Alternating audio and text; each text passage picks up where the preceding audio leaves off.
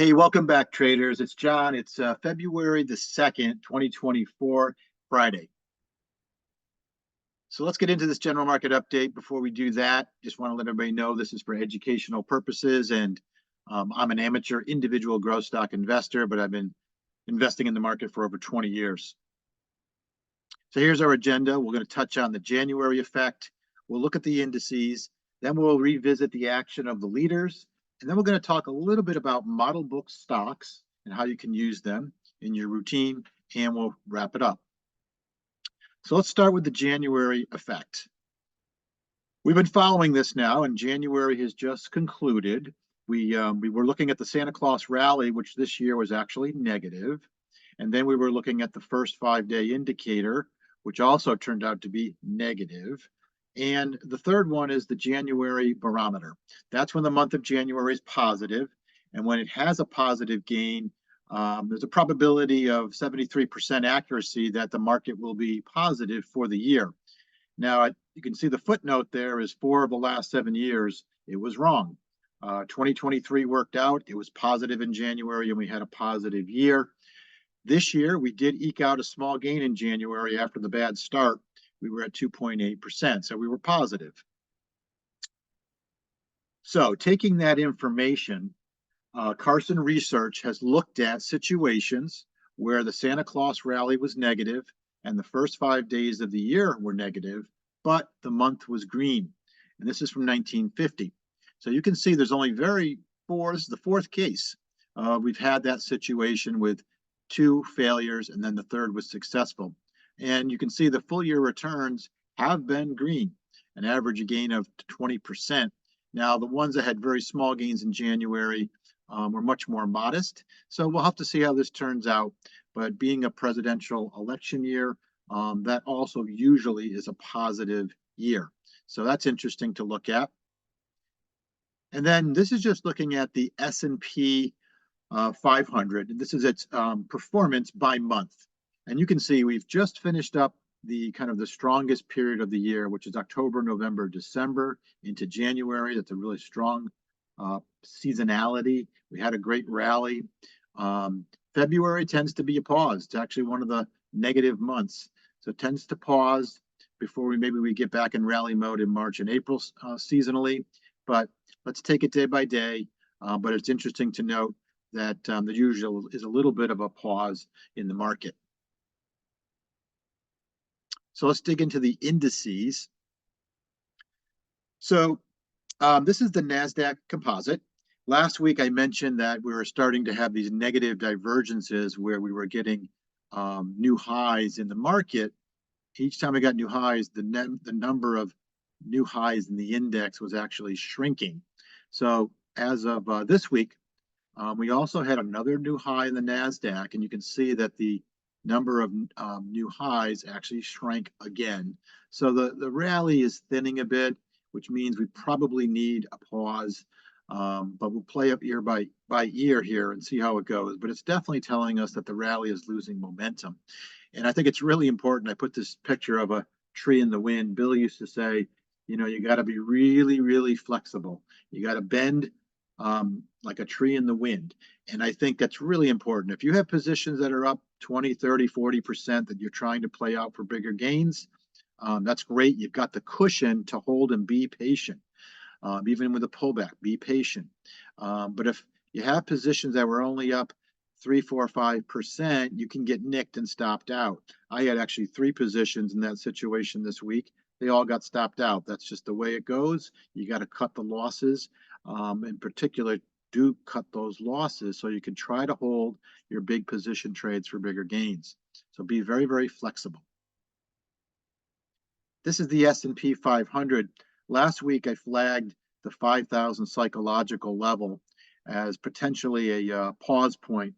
And just looking at the index, I think on the breadth side, even though the market is kind of thinning out a little bit, we got another new high in the S&P 500, but it's likely that we're going to pull in a little bit. I just marked on the chart, even if we came down to these swing lows here, that's about a 5% pullback. The 50-day moving average is right around 3.5 to 4% pullback. this would be completely normal, particularly after a nice rally we had the last few months. And it also kind of dovetails in nicely with this psychological pause as we dance around the 5,000 level before maybe we can build a small launching pad to maybe move higher. But that's just speculation on my part. We'll have to see how it plays out. But the good news is we still have net new highs on the New York Stock Exchange, and we're above the 50 level. Even if the market is pulling in, we want to watch this carefully. But we'll just take it day by day. So last week, I flagged that the New York advanced decline line had a negative divergence when the decline line did not confirm the new high in the S&P. Now it did. We got the confirmation late last week, so we did get the confirmation. So that's a good sign. That's positive. That no longer is a negative divergence. And then just looking at both of these charts, this is the S&P percentage of stocks that are above their 50-day moving average, and the NASDAQ is on the left. Generally speaking, when you keep those above the 50 level, 50% above that, it's pretty good. You'll notice that the rally, we were up in the 80, 90% on the S&P that were above their 50-day, which is great. But we've gradually been pulling in as the market has been kind of losing momentum. We're still at 64, so it's not bad, not horrible, but it's actually outperforming the NASDAQ in the sense that the NASDAQ, which got peaked up around 75, it's come down to the 45 level, which was below the 50. So again, there's been a thinning of the herd and some of the leadership. We're making less new highs. So it's just still cautionary. It's not a raging bull. And it's careful to really, really watch your positions carefully. Now, I wanted to look at model book stocks. So let's dig in. And you might ask, well, why do we want to study these model book stocks? Studying the charts from history is really important. It trains your eye to really understand what is normal price action and what's abnormal price action and volume.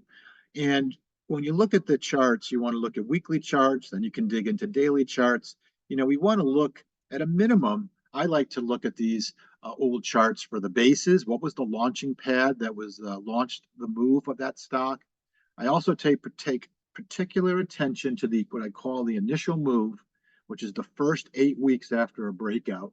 How does the stock act around the moving averages?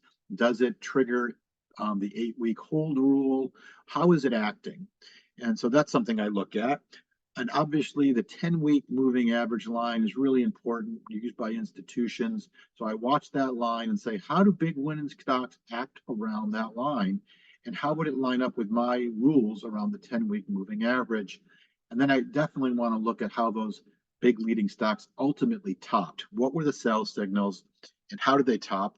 And I want to do all this work, and you should too, because you're trying to build a historical data bank in your mind. You want to really understand normal price action. You want to have these in your data bank of your brain for looking at precedents for future big stocks that are moving.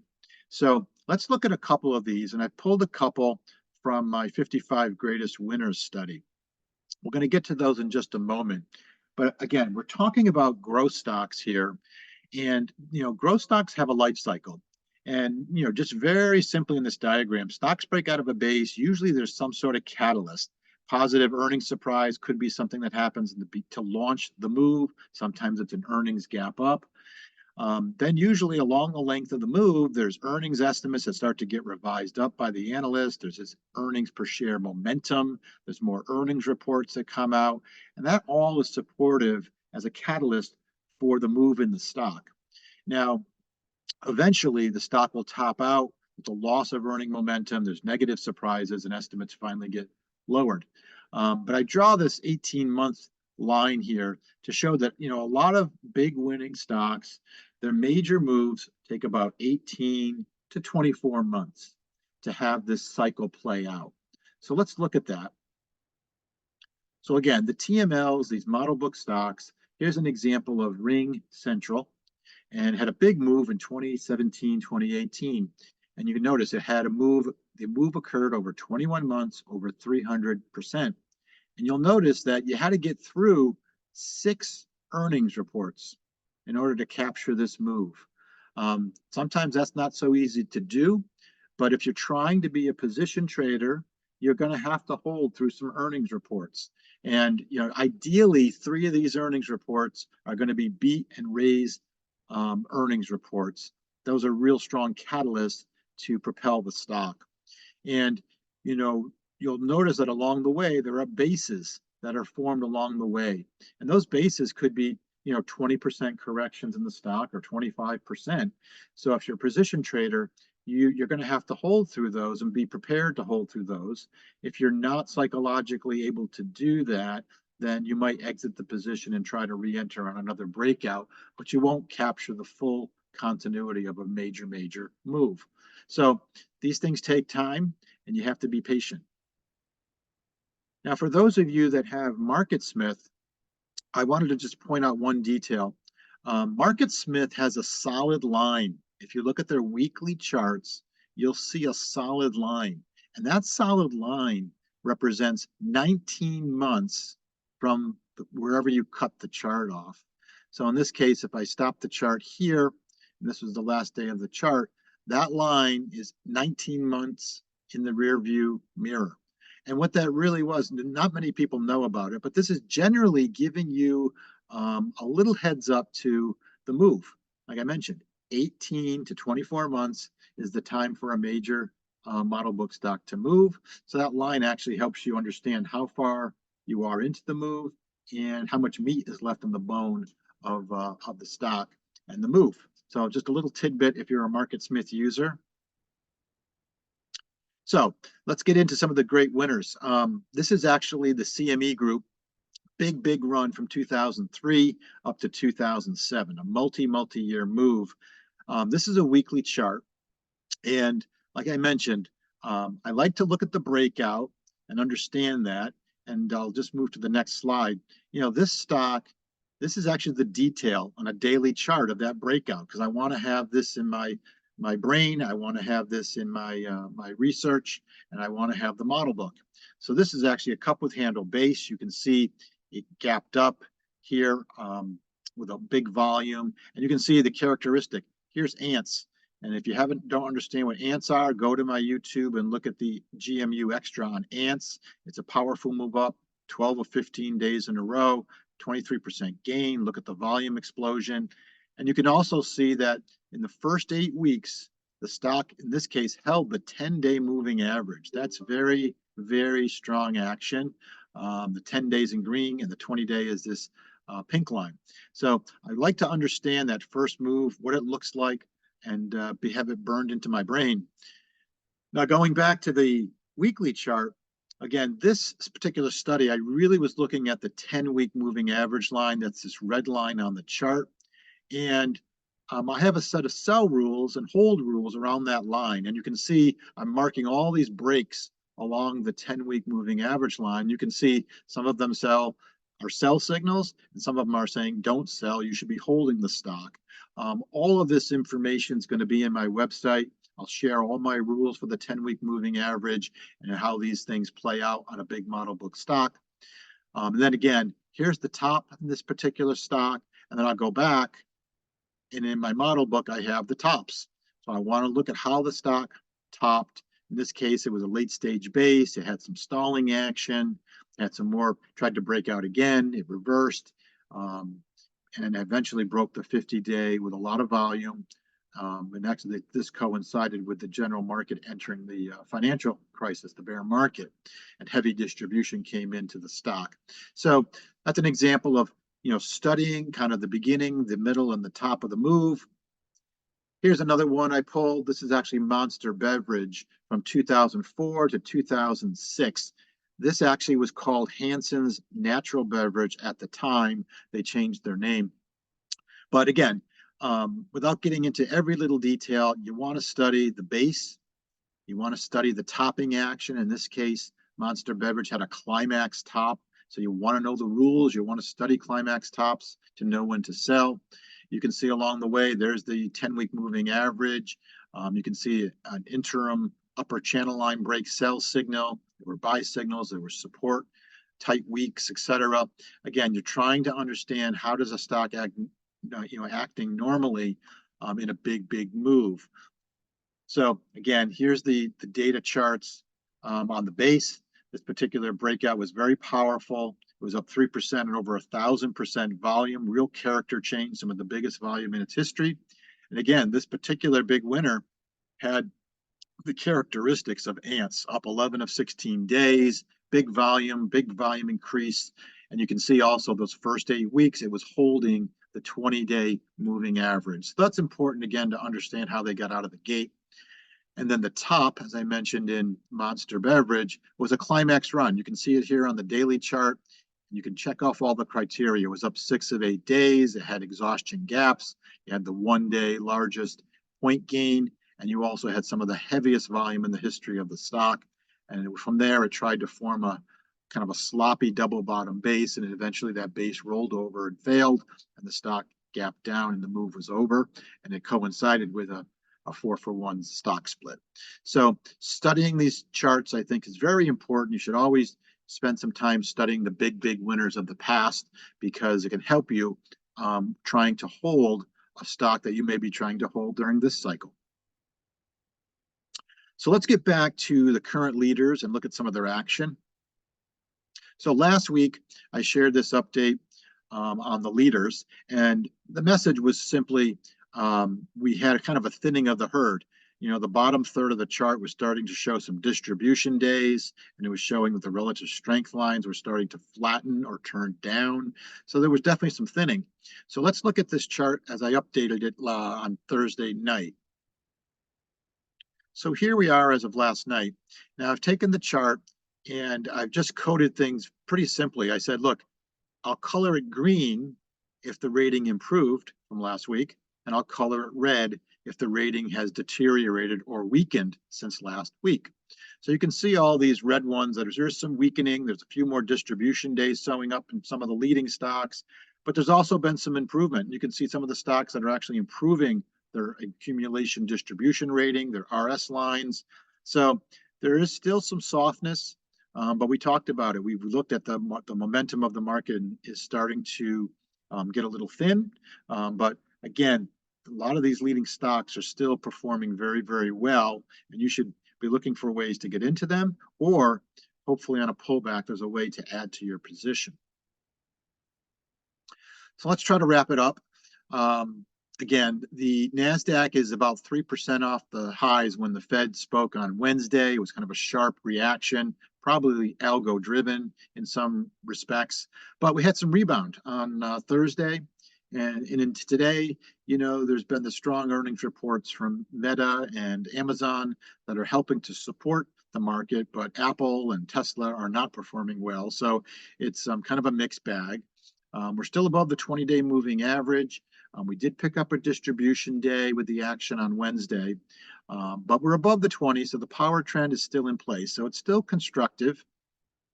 We mentioned that we had the AD line has confirmed the action of the index in the S&P, so that's an improvement from last week.